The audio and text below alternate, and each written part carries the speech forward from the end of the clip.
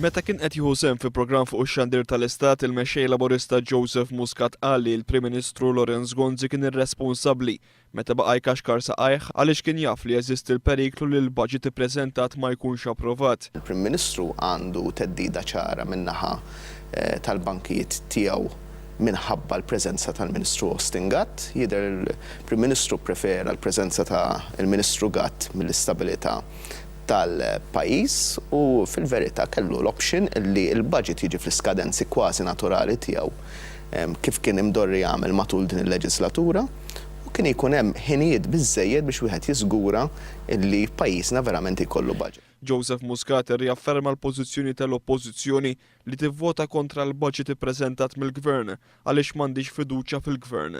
Il-budget huwa mwaħħad ma' vot ta' fiduċja fil-Gvern. Jien m'għandix fiduċja fil-Gvern għal ma nistax nivvota favur. Joseph Muscat faħħar id-deċiżjoni tal-imsieħba soċjali kollha li qed jgħidu li jiġri xiġri żieda l-loli tal-ħajja għandha tingħata.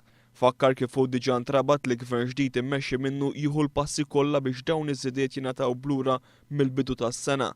Semma wkoll il-fatt li b'dan il-budget persuni li qegħdin fuq il-paga minima se jibdew jiġu ntaxxati. Qal li għal kontrarju ta' dak li qal il-Ministru Tonio Fenek din mhijiex kwistjoni ta' għaġeb mix-xejn storm in a teacup, iżda kwistjoni ta' prinċipju u għalhekk gvern ġdid ser ineħħi t-taxxa fuq min jaqla l-paga minima. Mill-inqas żewġ sistemi kif dan jista' jsir, hemm sistema li permezz tagħhom tista' tagħmel proviżjoni fil-liġi over and above dak li hemm mingħajr ma tmiss it-tax bands, hemm proviżjoni oħra li tista' tagħmel permezz ta' refund illi jingħataw.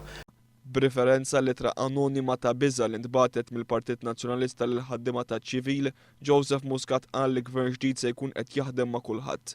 Qal ukoll li din l-ittra tqajjem kwistjoni serja dwar id-data protection.